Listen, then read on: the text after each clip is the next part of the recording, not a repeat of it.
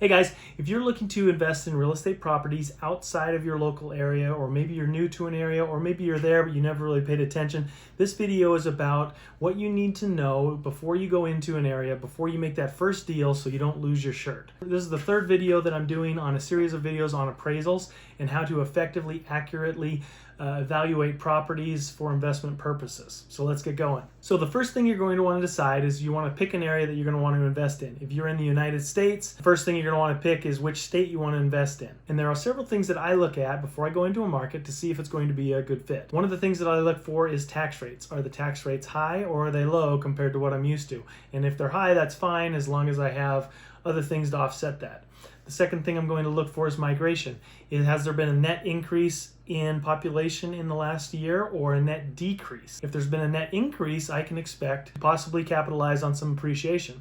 If there's been a net decrease in population, I'm going to want to be very careful on doing investments in those areas because those values may go down because the demand is low. People are moving from the north of the country to the south, from city centers to the rural areas, from California east. There's a lot of reasons why people migrate. You just want to keep up on those trends and look at that area that you want to invest in and see which one's going to be the best fit for you. If you're looking at buying and holding properties, you're going to want to know if the state is a landlord-friendly state or it's a tenant-friendly state. Another thing you're going to want to look at is, are the insurance premiums high or low compared to where you're at? In certain areas of the country where there's a lot of natural disasters, insurance premiums may be higher. Areas that are prone to flooding may have higher insurance premiums. More severe weather will also have higher insurance premiums. So as an investor based in Arizona, I've had to do this as I've reached out to other markets to invest. I had a mentor of mine that initially decided he wanted to move into the Texas market. He bought some properties down there, not knowing a whole lot about it. By the time he went down there and realized the taxes in that specific area that he was in were quite higher than he expected, and it ended up causing him to lose money on a couple of deals. So you just want to make sure you're careful and you go in with your eyes wide open.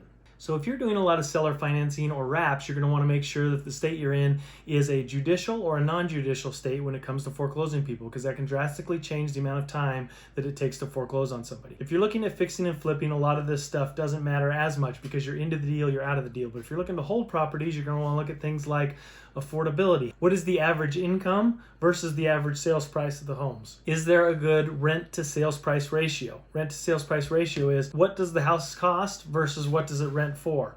Some states the homes cost a lot and they only rent out for a little, versus other states cost a little and rent out for a lot. So you want to find that ratio that best works for you. Now let's zoom in from a macro to a micro scale when we're looking at a city or a county. First thing you're going to want to do when you're getting into a new area is become geographically competent in that area.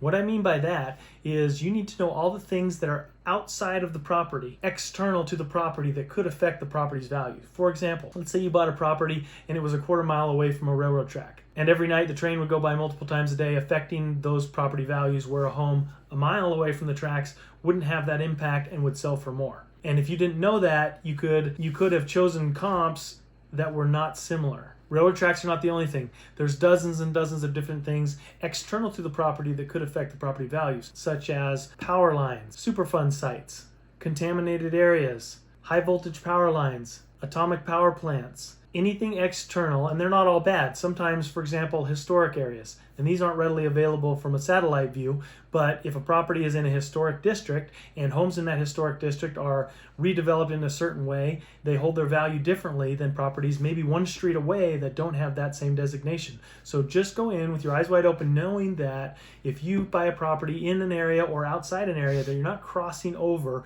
with your comparables and kidding yourself into thinking that the property is worth one thing when in reality it's worth something totally different, because those comps are not the same. Make sure that the comparable properties that you're comparing to your subject are a similar distance away from as many things as possible, like job employment centers, freeway access. Does this area have enough employment to justify a wise investment? Another thing you want to be on the lookout for is stigmatized area, and this is going to be a little bit hard to identify. You may be able to identify stigmatized areas by talking with realtors, bankers, other people that are very familiar with the area, and there's nothing wrong with those areas necessarily. You just want to make sure that when you're doing your value for your property that you're looking at buying, that you're not comparing it to properties in or outside that area. If you are inside it, you want to stay inside it. If you're outside, stay outside of it. If there's a freeway dividing the line, I'm going to try and stay on one side of the freeway if I can. If there's railroad tracks dividing an area, I'm going to try and stay on one side of the railroad tracks versus crossing over, because those neighborhoods can be drastically different. Viewing the subject property from the satellite is a great way to identify just at face value which things pop out as, hey, this doesn't look the same as this, or these lot sizes don't look quite the same as this neighborhood's nicer. And Google Street View is another way you can zoom in, look at those street views and kind of see what the neighborhood looks like. Make sure you're comparing apples to apples and don't kid yourself. So now that you've identified the majority of things that could affect your property from outside, you're going to want to identify a specific property that you want to invest in, and you're going to want to determine which market area is it in. Is it on the east side of the freeway, south of the 202, north of the railroad tracks, between here and here? That's the market area you want to pull your comparables from.